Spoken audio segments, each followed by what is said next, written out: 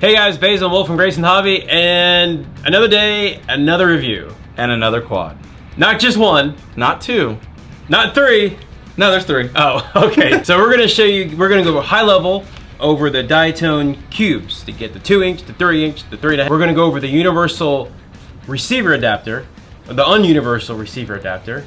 We're gonna go over the motors, the batteries, everything you need to know about the new Diatone quads, so you can choose which one's better for you. So I'm sure you're asking where the flight footage is.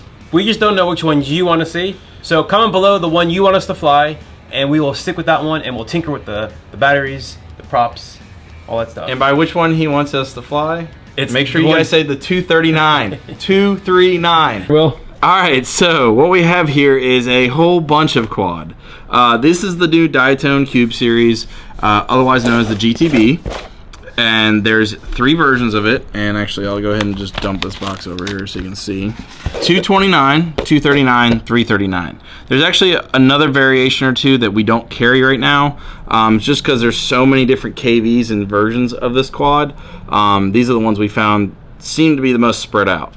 The difference pretty much is the motors, the thickness of the frame, and the props they're going to use for the most part. Well, let's go start with the smallest and work our way up. So as far as the contents of the box, let's use this one for the contents because it hasn't been opened. Okay. So what you're going to get is the quad itself, and it's going to be zip tied down. Sometimes these break in shipping. Don't freak out if they're not attached.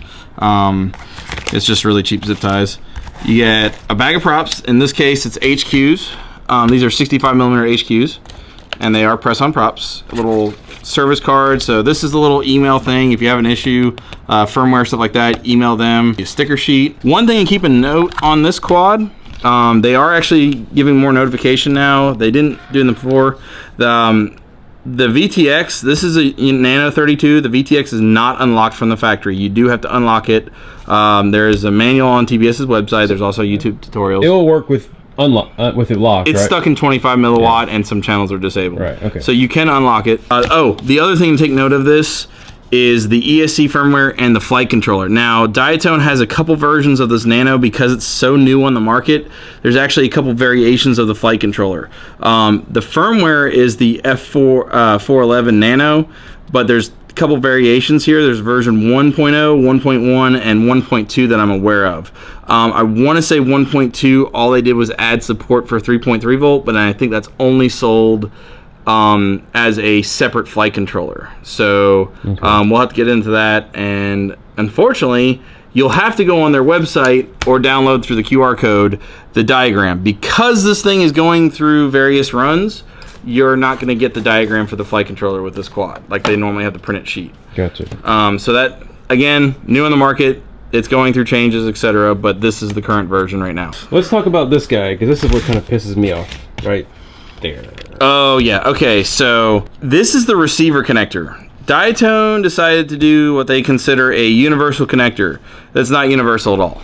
The un-universal connector. This is the un-universal connector, exactly. So gut spectrum doesn't work. No, I'm just kidding. 3.3 doesn't accept. All right, universal adapter, real quick. I know why they're using it, because people cannot solder.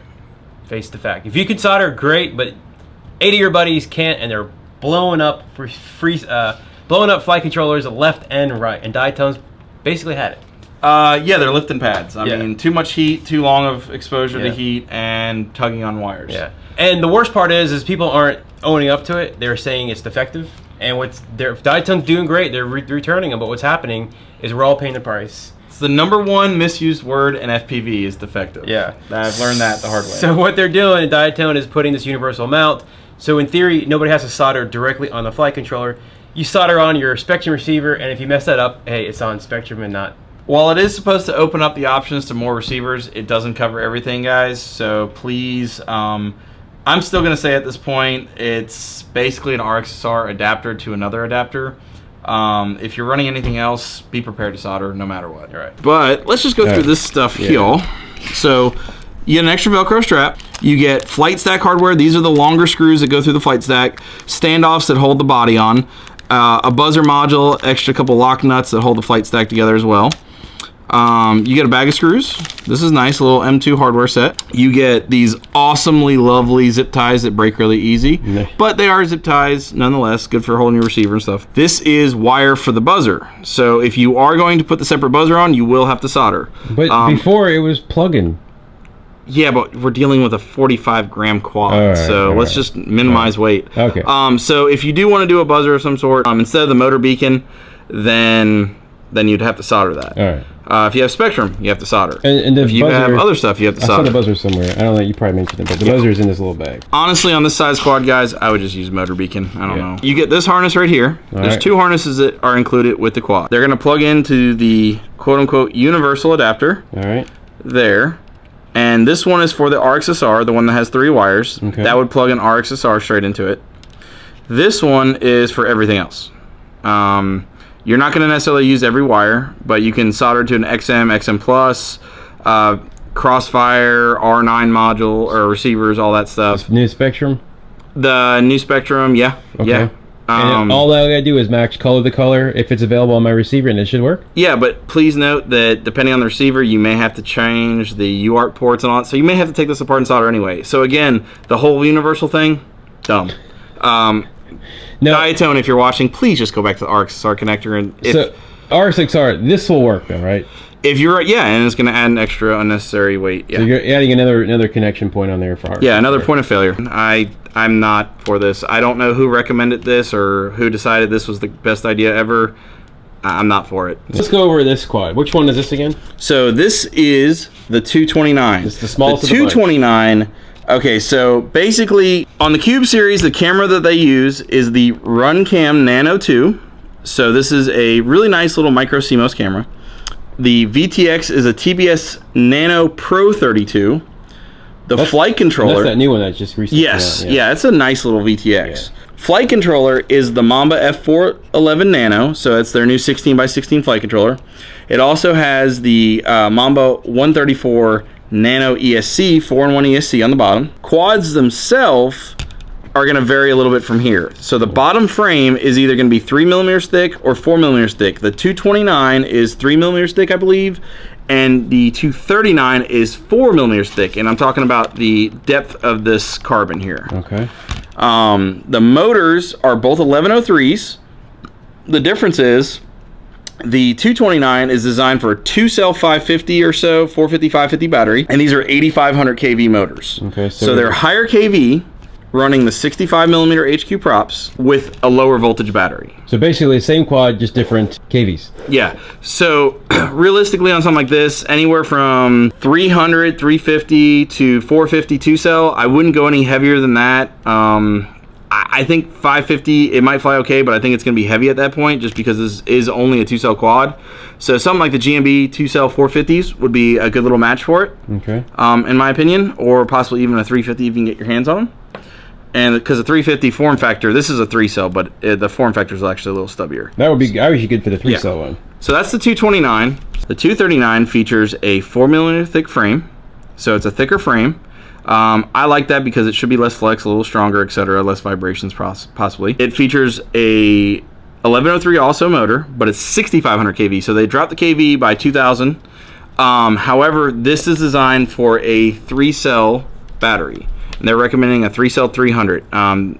This is the GMB 3-cell 300. This is the same battery you'd find in your Mobula 7s, HDs, wow, so you got trash cans, stuff like that. You can reuse a battery. Yeah, so if you have one of those Mobula batteries and all that laying around from the little 3-cell HD batteries, you can reuse them, and they actually work really good on this size frame. So I think this, the 239 personally, is probably the one I'm going to go with, just for the simple fact is I have a ton of these batteries. Okay. I don't have many 2-cells laying around anymore. So lastly, this is kind of a different stage here. This is when we get into the bigger quad. This is a 3-inch version. So this is the GTB. So to recap, we have a 229, 239. Now we have the 339. Okay. So I guess the second number is going to represent the cell. The first number is going to represent the props. And the 9 is 2019. Are they 2-inch props? These are 2.5-inch props. 2.5. All right. Well, close, but no cigar, Diatone. Yeah, 65mm 2.5. All right. This one also has a 4mm thick frame. However, this is basically the motors that they're using on this. These are the Mamba 1105 5500 kVs. If you have the 2 or 2.5 inch GTR series or anything like that in the 2019s, you already know these motors. So what they've done is basically put this style frame, the cube style frame, with a 16 by 16 stack with the motors from their other quads. So the nice thing about this is if you have a lot of parts, a lot of spare stuff like that, then you can, well, I guess if you're racing and all that and you're serious about it, then you already have motors probably on hand. Yeah. And what props go on there? Now the props included with this one is a HQ prop 3x2. So a 3-inch prop. Yeah, 3-inch prop, 2-inch of pitch. I'm sure it probably comes with screws actually to bolt on the props.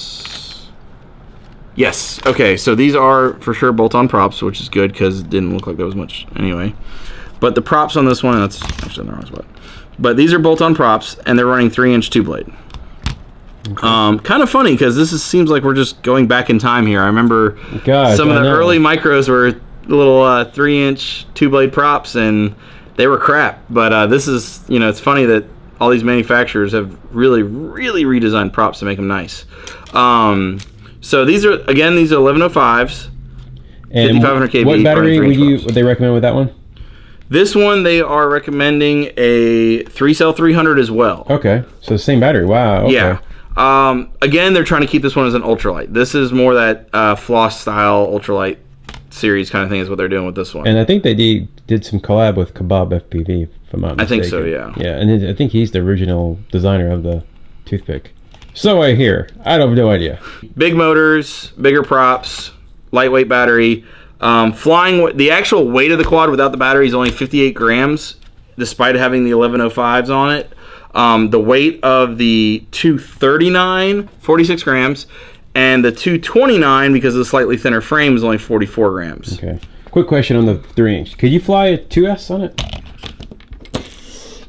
If you flew 2-cell on it, you probably would want to use different props. Okay. I would imagine it's very anemic on 2-cell.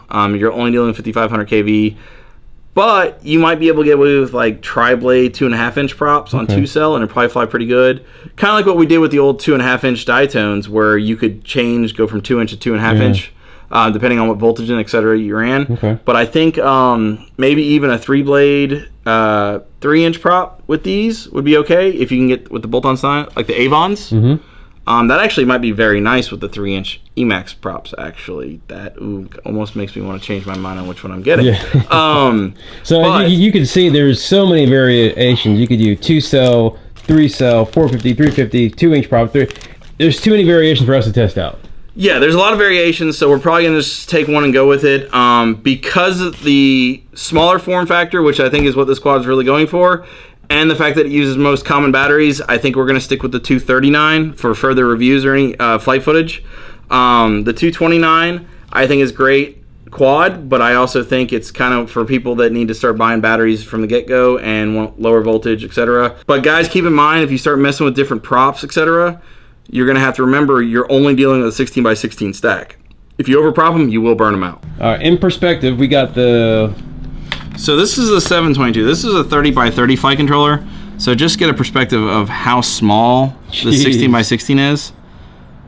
And that's actually a 3-part stack with the VTX. And yeah. And that's still, you have to add the VTX on the bigger guy. Yeah. That's crazy. Yeah, so this thing... That's tiny. It's so if you want to build your first quad, yeah, no. Because I know we get this asked a lot. Like, just dry fit on a receiver here. Okay, so basically, if you're getting an RXSR, Free Sky, which most people probably are, the receiver, guys, don't put it in bare. Do not put that in without any shrink on it. You will short against the board. What size shrink is that? 10 millimeter. Okay. I use the clear 10 millimeter shrink. It's like $1 for a meter, $1.10, something like that. Slide over it, shrink it. It shrinks nice and tight. The antennas hold good. And basically, all you need to do is take the adapter out of the box, plug in the harness here, and then plug into the universal. And then the fun part is tucking all the wires. Now the receiver, actually getting it in is not bad. Let's see if I can do this. You got the two little cutouts for the antenna if you want to put little tubes in or anything like that. But with the receiver or the antenna out of the way, and imagine this is shrunk and all that, you can definitely get that in there. Just run the wire under and then plug it in. But there's plenty of room to mount the receiver. It's not like it's going to be tight for space. Okay. Even a Spectrum satellite will fit in that thing. Okay. So it's got plenty of room in there. That's why they went to this TPU canopy that's a little taller versus the original prototype one that you saw in our prior video. But there's not much to it. Again, you will have to go into Betaflight and configure everything, set your channel mapping and radio. It's not just a plug in the receiver, bind it, and then go fly. You do have to do some setup. Yeah. So bind and fly for quads is more like bind, configure, and fly. Yeah. And I guess really just no solders. I think that's probably the best word. That's what they're going with on this one, is minimal to no soldering. All right, are you impressed with these quads? I like the design. I really, everyone that I showed the prototype to picked it up, and when I told them it was a carbon fiber frame, they were amazed. They didn't believe it. They were like really like studying, like there's no way this is carbon. Yeah. It's so light, it's very strong, it doesn't flex much at all, especially compared to a plastic frame. I mean, there's no flex compared to a plastic frame. The TPU canopy is going to be durable. The RunCam camera is great. The Unify Nano, I mean, come on. It's just oozing higher end parts. The motors look so much nicer than the other stuff on the market. Even the 1103s are threaded for screws, so if you do change props, you're not stuck with press-on props. Oh, okay, cool. That's the biggest thing with some of these quads out there. You're stuck with press-on props, and everybody knows once the press-on props start wearing out from getting caught on stuff, they start flying off. So the one thing I wish Diatone, because these are press-on, I wish they would include an extra set of props. But we'll have to try some other different props, see what else is on the market there. But I really like the way it's laid out. I think it's pretty cool. I mean, it's got an O-ring stack to isolate it. The wiring is all there. It's just really cool.